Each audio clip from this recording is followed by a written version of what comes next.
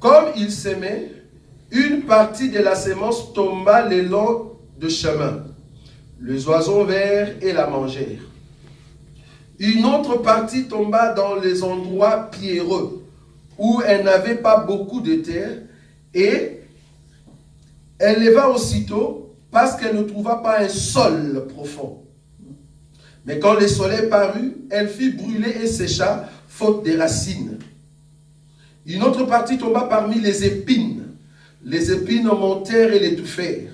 Une autre partie tomba dans la bonne terre, elle donna du fruit, et un grain 100, un autre 60, et un autre 30. Que celui qui a des oreilles pour entendre, entende. Alors, je cherche là où on commence à l'expliquer. Alors, je crois à partir du verset 18, c'est ça? Oui. Vous donc écoutez ce que signifie la parabole du semeur. Lorsqu'un homme écoute la parole du royaume et ne la comprend pas, le malin. Donc, Jésus explique que les oiseaux qui viennent manger la sémence n'est rien d'autre que le malin. Vous êtes d'accord avec moi? Ça, c'est l'explication de Jésus.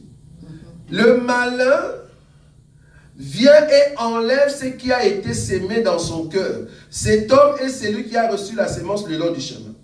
Celui qui a reçu la sémence dans les endroits pieux, c'est celui qui entend la parole et la reçoit aussitôt avec joie. Est-ce que vous voyez ça? Aussitôt avec joie, mais il n'a pas de racines en lui-même. Il croit pour un temps, et dès que survient quoi? Une tribulation ou une persécution à cause de la parole. J'aime ça. La persécution, c'est à cause de la parole. La tribulation, c'est à cause de la parole. Quand on dit parole, enseignement. Et la Bible dit, il y trouve une occasion de chute. Celui qui a reçu la sémence parmi les épines, c'est celui qui entend la parole, mais en qui le souci du siècle et la séduction des richesses étouffe cette parole et la rend infructueuse. Celui qui a reçu la sémence dans la bonne terre, c'est celui qui entend la parole et la comprend. Il porte de fruits. Un grain en donne 100, un autre 60 et un autre 30. Amen. Vous êtes d'accord avec moi que la bonne terre, c'est le peuple qui reçoit la parole de Dieu et le met en pratique. Vous êtes d'accord avec moi? Or, le peuple qui vont prendre la parole et vont le mettre en pratique n'est rien d'autre que la Vierge sage. C'est la Vierge sage qui va prendre la parole, va le mettre en pratique, et quand le Seigneur viendra, le Seigneur va l'enlever. Mais cependant, il y a aussi les païens. Ce sont ceux qui sont la nourriture du diable. Nous avons dit que ceux qui écoutent ou qui n'aiment pas la parole de Dieu sont au merci du diable. Ce sont des oiseaux qui viennent le manger. Pourquoi? Parce que leur vie appartient aux oiseaux. En d'autres termes, leur vie appartient à Satan parce que c'est le diable qui les dirige. Ils vivent comme des animaux. Ils ne connaissent pas la gloire de Dieu. Ils sont au merci du diable. Genèse chapitre 3, à partir du verset 14. Dieu a dit à Satan que toi, serpent, à partir d'aujourd'hui, tu vas marcher sur ton ventre et tu mangeras de la poussière tous les jours de ta vie. Quand il descend chez l'homme, il dit, toi homme, parce que tu as écouté la voix de ta femme, alors tu retourneras dans la poussière d'où tu as été tiré, parce que tu es poussière et tu retourneras dans la poussière. La même poussière qui est Adam, c'est la même poussière qui est la nourriture de Satan. Donc, l'homme qui n'a pas le sang de Jésus, l'homme qui n'a pas l'enseignement, n'est rien d'autre que la nourriture de Satan. Donc, les oiseaux vont le manger. Satan va se jouer de toi. Quand on dit manger, il va te diriger. Il va prendre l'autorité sur toi. Vous avez vu ça? Ça, ce sont des païens. Mais cependant, il y a aussi la Vierge folle. On a très bien dit. Parce qu'il faut préciser, la Vierge folle est de 144 000. Pour les Vierges folles, on a dit, ils ont écouté la parole de Dieu avec un cœur sincère. Mais cependant, comme ils vivent au milieu de pierres, dans un endroit pierreux, quand il y a le soleil, comme ils n'ont pas de racines, le pierre vont chauffer avec l'effet de la chaleur et va briser au fait ou brûler les racines de cette sémence-là. Et ces gens-là, ils ne sauront pas croître, ils vont mourir.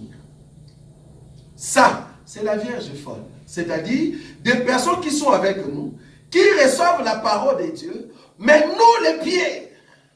Quand nous avons la chaleur et que nous annonçons la vérité, ça leur dérange.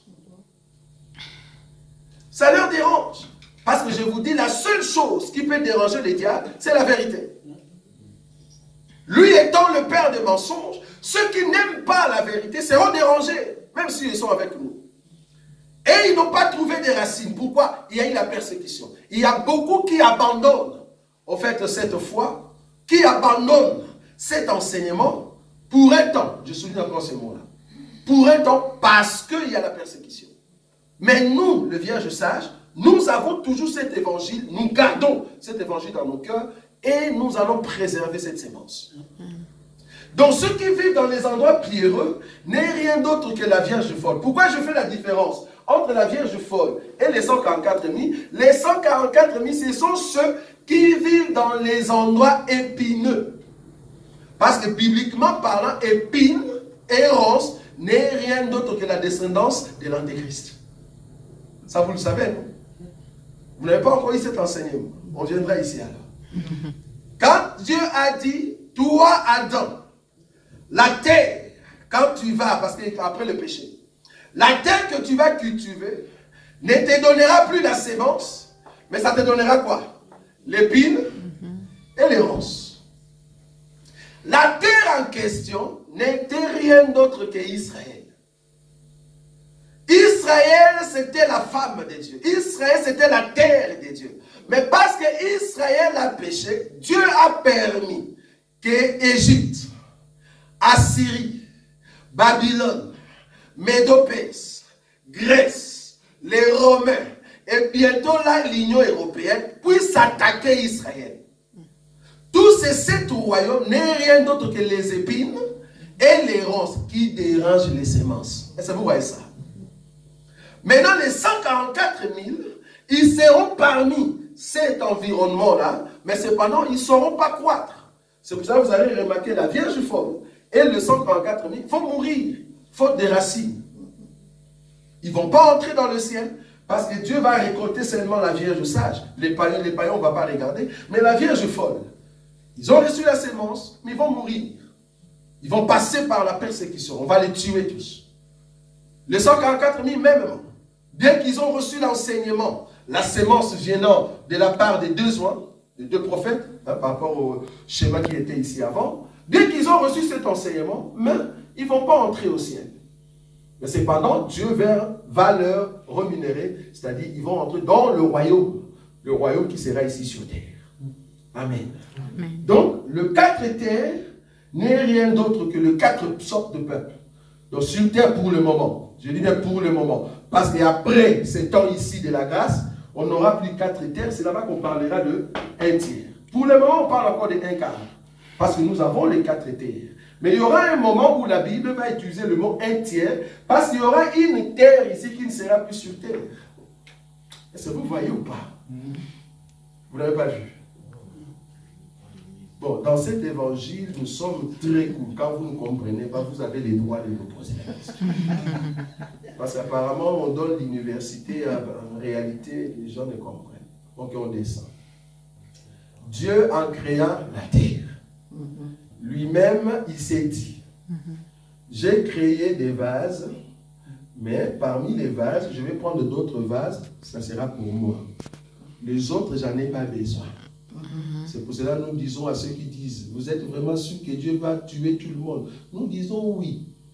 Dieu ne regarde pas la chair, il regarde ce qu'il est à l'intérieur. La preuve, le jour que Dieu a tué les hommes au temps de Noé, il les a tués tous. Il a laissé seulement 8 personnes. Je te rappelle qu'à ces temps-là, il y avait des femmes qui étaient enceintes. Il y avait des bébés qui venaient de naître. Il y avait des vieux qui étaient très vieux, avec des barbes blanches. Il y avait de jeunes garçons qui travaillaient, qui aimaient travailler. Mais quand Dieu regardait tout ce monde-là, il n'a pas trouvé sa vie. Il a trouvé ça dans la famille seulement de Noé. Il les a tués tous. Pourquoi? Parce que Dieu a considéré que tous ces gens-là, c'était des païens. Et que Noé et sa famille, c'était en fait des vierges folles. Un peuple qui retient l'enseignement. Maintenant, au temps de Lot, la Bible dit, Dieu, il va passer chez Abraham. Il dit à Abraham, est-ce que je peux cacher ce que je veux faire à Abraham?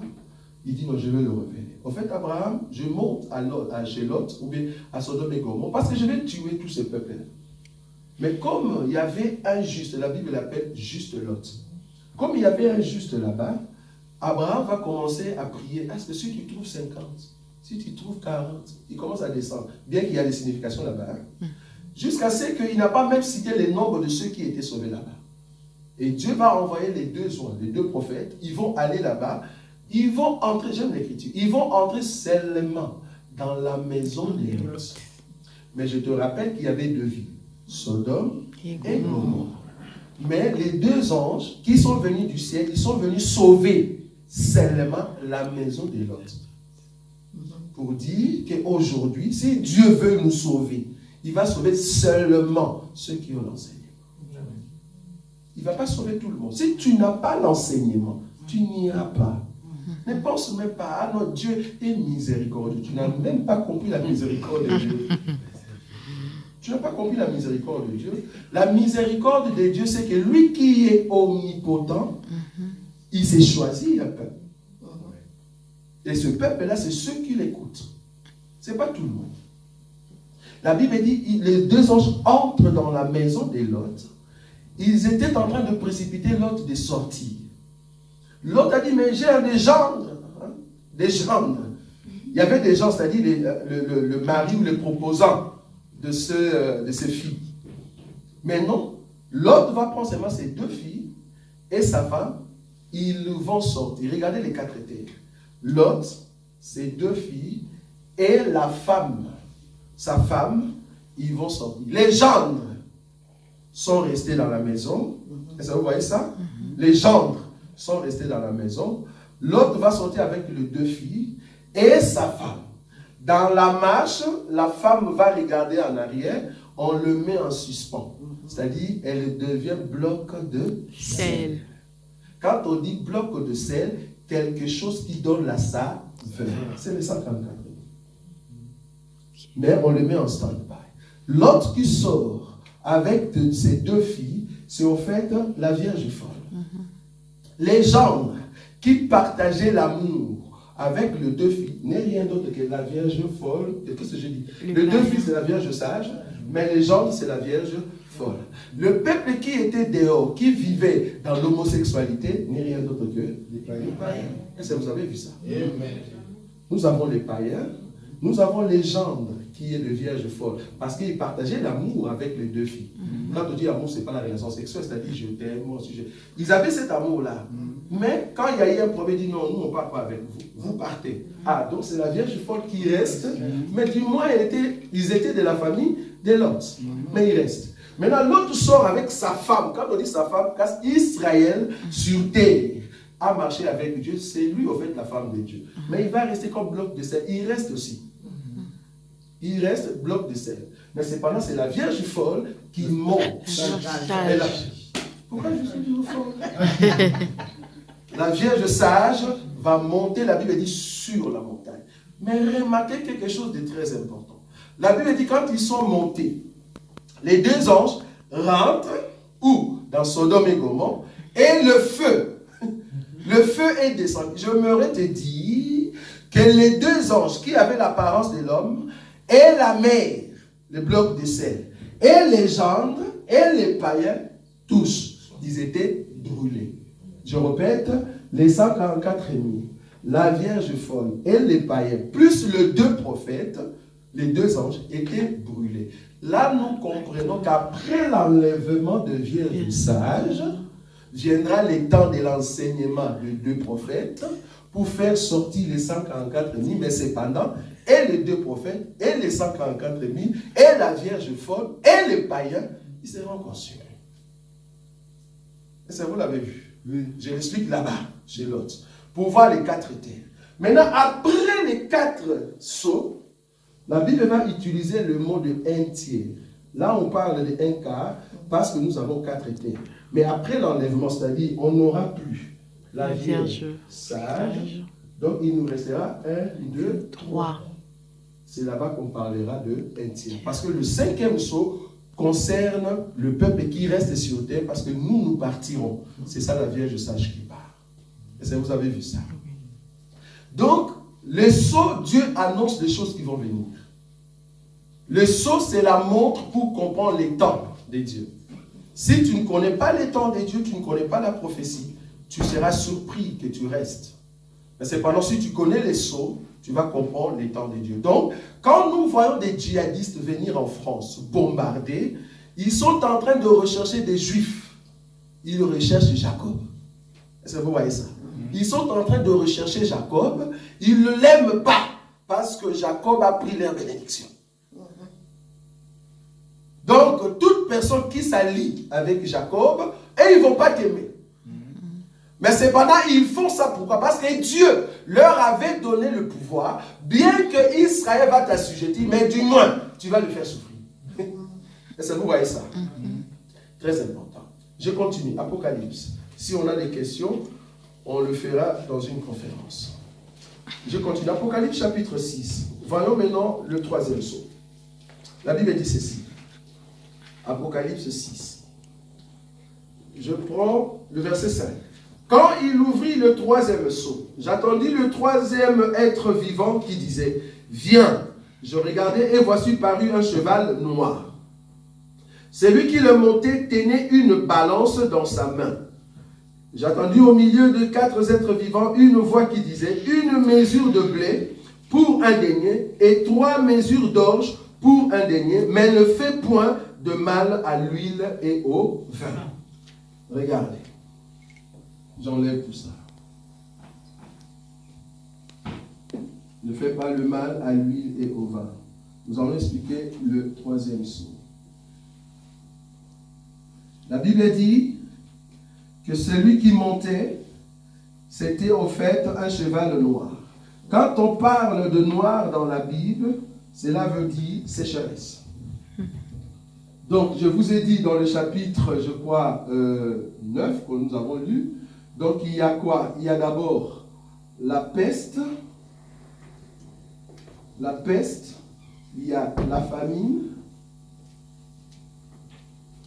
il y a bêtes sauvages,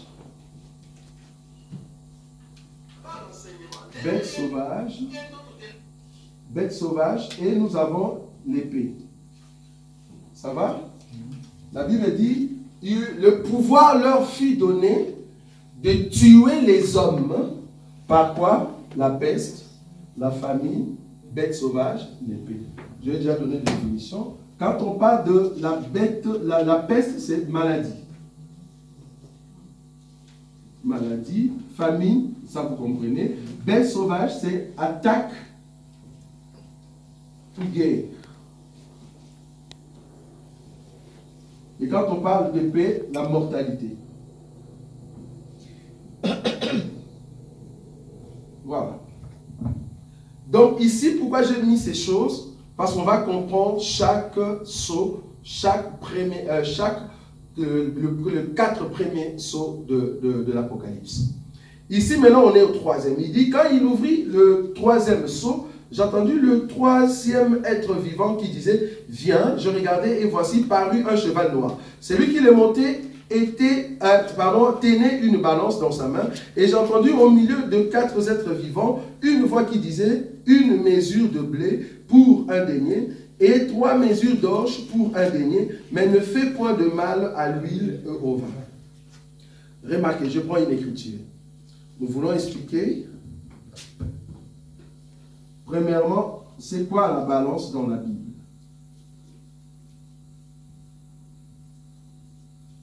Regardez, je prends une écriture. Lévitique chapitre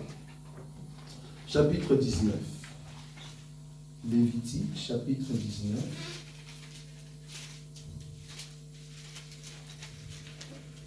Nous allons donner la définition de la balance. Dieu dit ceci, il dit ça aux Juifs. Le verset 36, la Bible dit, « Vous aurez des balances justes, de poids justes, des épais justes et de hines justes. Je suis l'Éternel, votre Dieu, qui vous a fait sortir du pays d'Égypte. Je prends Proverbe chapitre 11. Nous voulons expliquer la balance dans la Bible. Proverbe chapitre 11. La Bible dit ceci. Le premier verset. La balance fausse est en horreur à l'Éternel, mais le poids juste lui est agréable. Est-ce que vous avez vu ça? Donc, nous avons des balances qui sont justes, ça va? Et nous avons des balances qui sont fausses. Ça va? Lévitique nous dit que la balance juste, c'est ce que Dieu aime. C'est-à-dire la balance juste est égale à Dieu ou vérité. Vous allez comprendre pourquoi je dis vérité. Mais il y a aussi la balance fausse. La balance fausse, c'est quoi? C'est-à-dire une balance qu'on a falsifiée. Une balance qui n'est pas juste, son poids. Donc si vous mettez à l'intérieur quelque chose, le poids que vous recevez, ce n'est pas un poids qui est juste. Je me rappelle au Congo, le maman qui vendait le foufou, les arachides, il te vend les arachides dans un pot de tomates. Mais en réalité, à l'intérieur, ils ont mis des papiers. Je ne sais pas si vous connaissez encore ce phénomène. Ou le pot de foufou, ils vont mettre quelque chose. Quand tu vois, tu dis, on te dit, c'est 1 centime. Toi, tu dis, oh, c'est moins cher. Un grand pot comme ça, 1 centime. Mais à l'intérieur, ils ont falsifié. Ce n'est pas juste cette mesure-là. Parce qu'ils ont mis des papiers à l'intérieur. Maintenant, quand il va mettre dans le foufou, tu dis, waouh, ça c'est beaucoup. On t'aimait, mais en réalité, ce n'est pas ça la quantité juste. C'est parce que leur balance était fausse. En d'autres termes, ces gens-là mentaient. Est-ce que vous voyez ça? Ce n'est pas moi qui l'ai dit, c'est la parole. Regarde, je prends cette écriture. Osée. Donc, la balance fausse, c'est un mensonge. Osée, chapitre 12. Osée, chapitre 12, le verset 8. Éphraïm est un marchand. Donc, c'est un vendeur. Éphraïm est un marchand qui a dans ses mains des balances fausses. Il aime tromper. Est-ce que vous voyez ça? Il aime tromper. Donc la balance fausse, c'est les mensonges. Je rajoute Amos 8, 5. Amos 8, 5. Je suis en train d'expliquer la balance. Amos 8, 5. Amos 8, le verset 5. La Bible dit ceci. Vous dites, quand la nouvelle lune sera-t-elle passée, afin que nous vendions du blé. Hein, c'est comme nos mamans au Congo. Ils sont en train de vendre le blé. Mais avec quelle balance? Afin que nous vendions du blé. Quand finiraient les sabbats, afin que nous ouvrions le grenier, nous diminuerons. Est-ce que vous voyez ça? Nous diminuerons les pas. Nous augmenterons le prix. Waouh, quel mensonge. Nous falsifierons les balances pour tromper. Est-ce que vous avez vu ça? Donc la fausse balance, c'est les mensonges. Et le père du mensonge n'est rien d'autre que le diable. Ah. Maintenant, la question, c'est de savoir, cet homme qui est sur le cheval, est-ce qu'il a une balance juste? Nous disons non. Pourquoi? Parce que les 4 chevals, avec les 4 cavaliers, annoncent Babylone. Nous avons dit que Babylone, dans le premier sceau, avait l'arc. Cet arc, la Bible l'appelle bouche qui annonce le mensonge. Troisième sceau, la même personne, mais avec le cheval noir qui annonce la famine, il vient avec une balance fausse, c'est-à-dire les mensonges. Mais les mensonges, pour quelle chose? Pour la nourriture que nous appelons la parole de Dieu. Ce n'est pas dans les marchés. Il va annoncer la famine, mais la famine de la parole. Il y a même une écriture qui dit, je vais envoyer la famine, pas la famine de pain, mais la famine de la parole. qui va envoyer? C'est Dieu. Il va envoyer qui? Le cheval noir. Donc Dieu va permettre en ces temps de l'Église d'envoyer la fausseté. Vous voyez? Donc les gens vont prêcher la fausseté. Un enseignement qui n'est pas juste. Quand on va peser, ça pèse léger. Je vois même une écriture au temps de Daniel. La Bible dit qu'il y avait un roi qui avait utilisé les ustensiles de la maison de l'Éternel, et il y a une main qui est sortie, qui a écrit sur le mur. Quand Daniel a expliqué cela, il a dit, on t'a pesé, on a trouvé que tu es léger. Est-ce que vous voyez ça? Donc il y aura des personnes, tellement que vous avez des faux enseignements, quand Dieu te regarde, tu ne pèses pas. Parce que ce qui peut te donner des vitamines pour que tu puisses peser, c'est l'enseignement. Si vous avez l'enseignement, vous avez des vitamines venant de la part de Dieu. Mais il y aura beaucoup qui ne seront pas à mesure de monter sur le balance de Dieu parce qu'ils n'ont pas de poids. Ils n'ont pas l'enseignement. Est-ce que vous voyez ça? Mais cet homme ici, c'est cavalier. Le cavalier qui vient avec le cheval noir, il amène la fausseté, en fait que la parole disparaisse. Nous comprenons que le rôle de Babylone, c'est d'amener le mensonge pour que l'enseignement puisse être effacé. C'est ce que nous voyons aujourd'hui. Au temps de l'Église, beaucoup n'annoncent pas la vérité. Les gens viennent avec les mensonges. Et ils pratiquent, ils font comme si c'est une balance qui est juste. Mais en réalité, ils ont falsifié la parole de Dieu. Ils l'ont falsifié. Mais cependant, la Bible dit, une fois, c'est fait entendre pour dire, 3 mesures d'orge pour un denier et 1 mesure de blé pour un denier. Ne faites pas de mal au vin et à l'huile. Ça veut dire quoi? Nous allons prendre une écriture. Vous voyez que je suis en train de prendre des grandes lignes. Donc, malheureusement, pour ceux qui ne sont pas là, ils vont seulement le voir dans les réseaux sociaux, mais ils ne sauront pas poser des questions. Je vais prendre une écriture. Nous sommes en train d'expliquer maintenant c'est quoi l'orge, c'est quoi le blé. Pourquoi un denier? Or, le denier, vous avez compris, c'est le prix de 3 mesures.